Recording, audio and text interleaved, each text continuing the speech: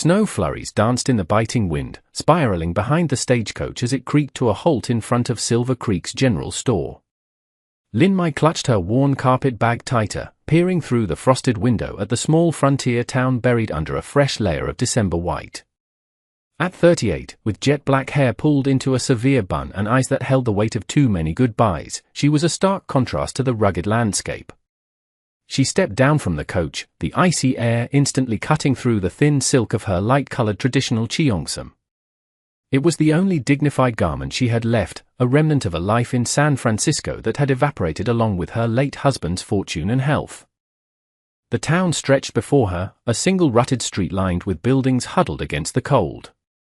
The Mercantile, a saloon, and a boarding house stood grimly against the backdrop of mountains shrouded in winter mist. Lin Mai shivered, aware of how foreign she looked. Several men lounging near the saloon stared openly, their breath misting in the air, expressions ranging from curiosity to hostility. A woman alone in the West was rare, a Chinese widow with refined manners and no coat was an anomaly. Straightening her spine against the cold, she walked toward the general store. The advertisement, folded carefully in her sleeve, felt heavy against her wrist. Double Bar Ranch seeks cook. Room and board provided. Inquire at Abernathy's general store. A bell jingled as she pushed open the door. The interior was dim and smelled of sawdust and coffee. Behind the counter, a balding man with wire-rimmed spectacles looked up. "Help you, miss?" His tone was guarded. "I am inquiring about the position at the Double Bar Ranch," Lin Mai said, her English crisp and accented. She placed the advertisement on the counter. Mr. Abernathy looked from the paper to her shivering form. "That ad's been up for months." "But the Double Bar? It's rough country. Ethan Cole runs it.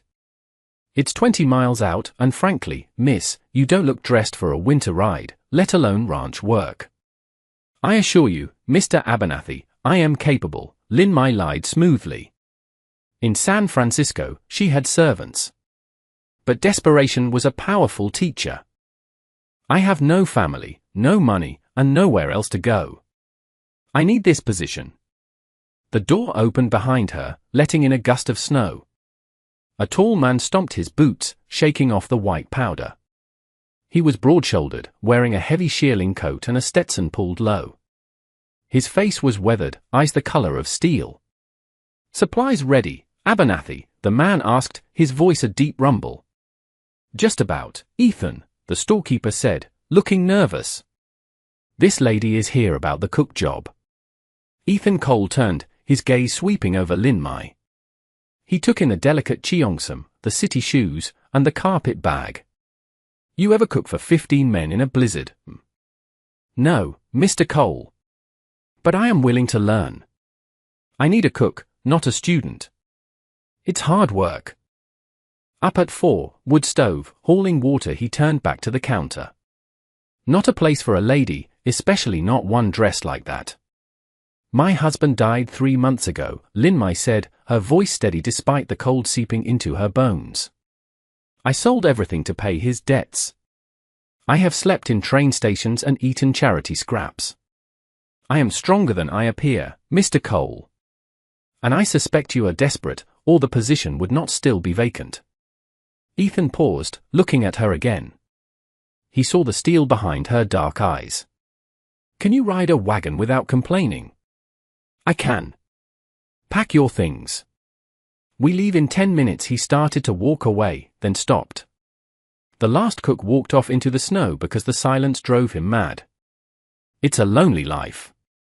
My men are good, but they're rough. They haven't seen a woman in 6 months. You keep to the kitchen and your quarters." "Understood." "One more thing," Ethan said, his eyes narrowing slightly. "You said you're willing to learn. Are you willing to laugh?" "Excuse me." "The ranch. It's a hard place. It breaks spirits. I don't just need food on the table, I need life in that house. Can you cook with laughter? Can you bring something besides sustenance to that kitchen?" Lin Mai thought of the empty, silent months since her husband passed. "I believe I can try, Mr. Cole. We'll see." 1-week trial. If you can't hack it, you come back on the next supply run. The wagon ride was an ordeal of endurance. The landscape was a blinding sea of white, broken only by skeleton trees. Lin Mai wrapped herself in a scratchy wool blanket Ethan had tossed her, but the cold still found its way in. Ethan spoke little, guiding the horses with practiced ease. When they finally crested a hill, the double-bar ranch appeared in a snowy bowl, a main log house, a barn, and a bunkhouse, all looking isolated and severe. "That's it," Ethan said. "Home sweet home." He pulled up to the main house. "Wait here," he returned with a young cowboy who looked no older than 20. "Toby, take Mrs. Lin's bag to the kitchen quarters." Lin Mai climbed down, her legs stiff. She entered the kitchen and stopped. It was large, dominated by a massive black iron stove that looked like a sleeping beast. The room was clean but utterly sterile. No curtains, no warmth, no soul. "Dinner is at 6, Ethan said, standing in the doorway. "Stew ingredients are in the pantry. Good luck." Alone, Lin Mai tied an apron over her cheongsam. She had 4 hours. She found beef, potatoes, and onions. The stove was her first enemy. It took 3 tries and a fair amount of coughing to get the fire lit. Chopping vegetables with dulled knives blistered her hands, but she persisted. She found a jar of dried herbs and, taking a risk, added star anise she had saved in her bag, a tiny piece of her heritage. By 6 o'clock, she had a bubbling pot of stew and biscuits that were slightly charred on the bottom. The cowboys filed in, stomp dragging snow off their boots. They fell silent when they saw her. "Gentlemen," Ethan announced, taking the head of the table. "This is Mrs. Lin. Mind your manners." The men ate voraciously. Lin Mai watched nervously.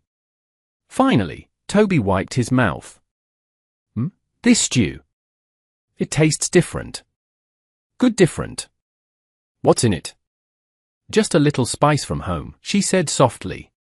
Ethan ate silently, his eyes watching her. Afterward, he approached her at the stove.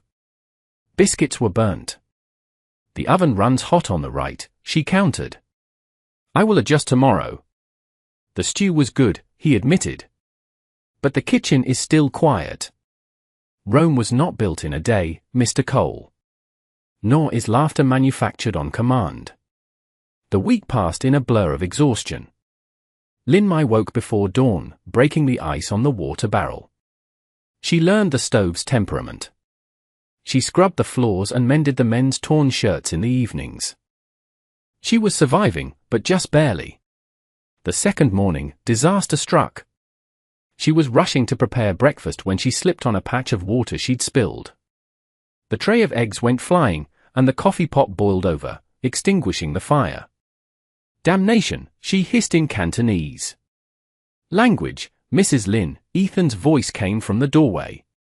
He was dressed for work, looking amused. "I apologize. I am failing. You're learning." Here he stepped forward, taking the poker. "Bank the coals like this. And for the eggs, scramble them. It's faster and the men don't care about presentation." They worked side by side for a moment, an unexpected rhythm forming. It was the first crack in the wall between them. A few days later, a commotion in the yard drew her out. 2 men were carrying Toby. His face was grey with pain. "Horse kicked him," Ethan said grimly. "Arms broken." "Bring him to the kitchen," Lin Mai ordered, her voice changing from servant to commander. "I need straight wood for splints and clean cloth." "We need to get him to the dock in town," Ethan said. "In this snow?" "He will go into shock before you get halfway there," Lin Mai argued. "My father was a traditional healer. I can set the bone." Ethan hesitated, then nodded. "Do it." Lin Mai worked with precision. She mixed a poultice from herbs in her bag for the pain and set the bone with a snap that made Toby yelp. She bound it tight. "Keep it elevated," she told the pale boy. "I will make you ginger tea for the pain." Ethan watched her, a look of newfound respect in his eyes. Where did a merchant's wife learn that? My father believed knowledge was better than a dowry, she said, wiping her hands. Well, Ethan said, I reckon you just saved us a dangerous trip. Thank you. That night, Lin Mai served apple pie.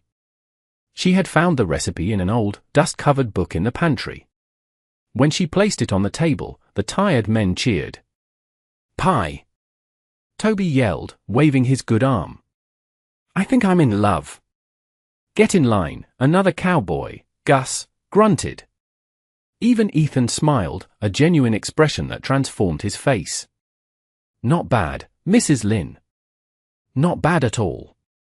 It is a little tart, she critiqued. It is perfect, Ethan said. And listen. The kitchen isn't silent anymore.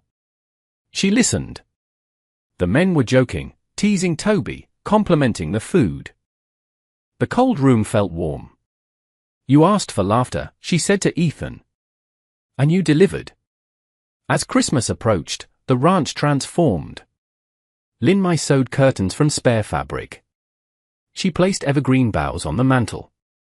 The bond between her and the rancher grew in the quiet moments, morning coffee before the crew woke, evenings where he worked on ledgers and she mended clothes. She learned of his tragedy. His wife and daughter had died of fever years ago while he was away on a cattle drive. He had punished himself with isolation ever since. That is why you hate the silence, she said one evening. It reminds me of what I lost, he admitted, staring into the fire. But lately, the ghosts haven't been so loud. We must make room for the living, Lin Mai said gently. Grief is love with nowhere to go.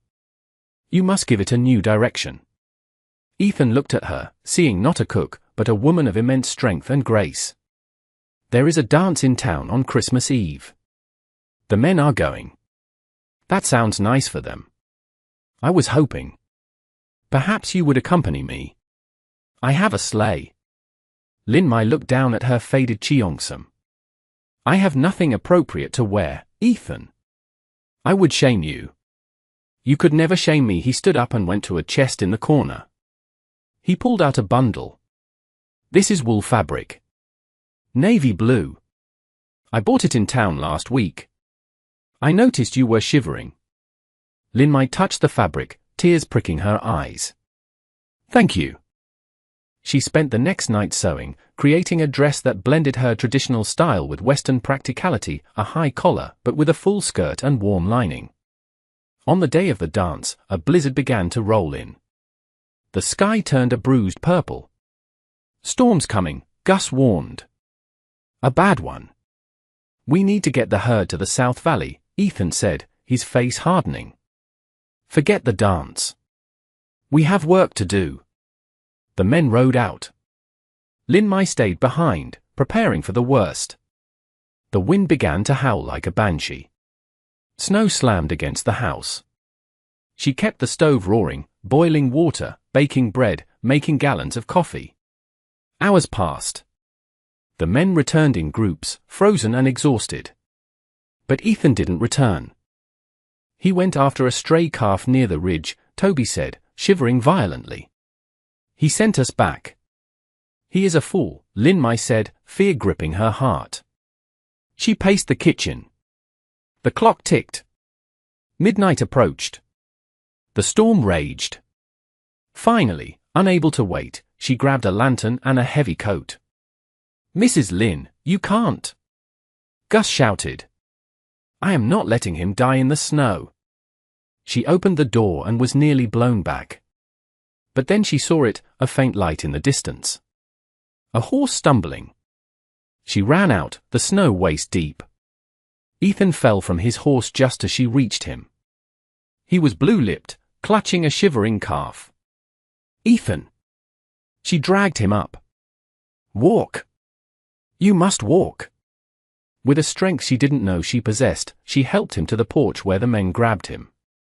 They got him into the kitchen, stripped off his frozen clothes, and wrapped him in heated blankets. Lin Mai sat by his side all night, rubbing warmth back into his hands, whispering to him. You are stubborn, she whispered. You ask for laughter, then you try to die and leave us crying. Toward dawn, his eyes fluttered open.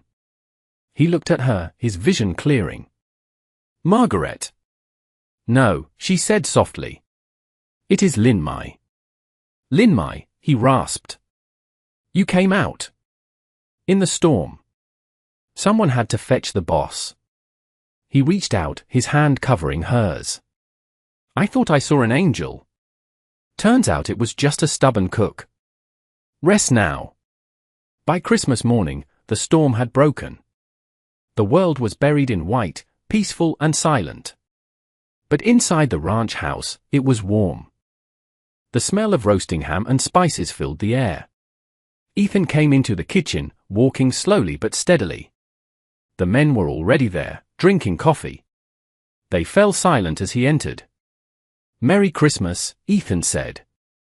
Merry Christmas, boss, they chorused. Ethan turned to Lin Mai. She was wearing the navy dress she had made. She looked regal, beautiful, and entirely at home. Mrs. Lin, he said formally. Can we speak in my office? She followed him. He closed the door and turned to her. Your trial period is over, he said. I see. Shall I pack my bags? That depends. He reached into his pocket and pulled out a small velvet box. On whether you want a promotion. A promotion? I don't want to cook anymore, Lin Mai. I want a partner. I want a wife. She stared at him, stunned.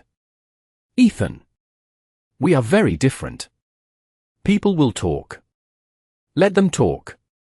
You saved my life. You saved this house.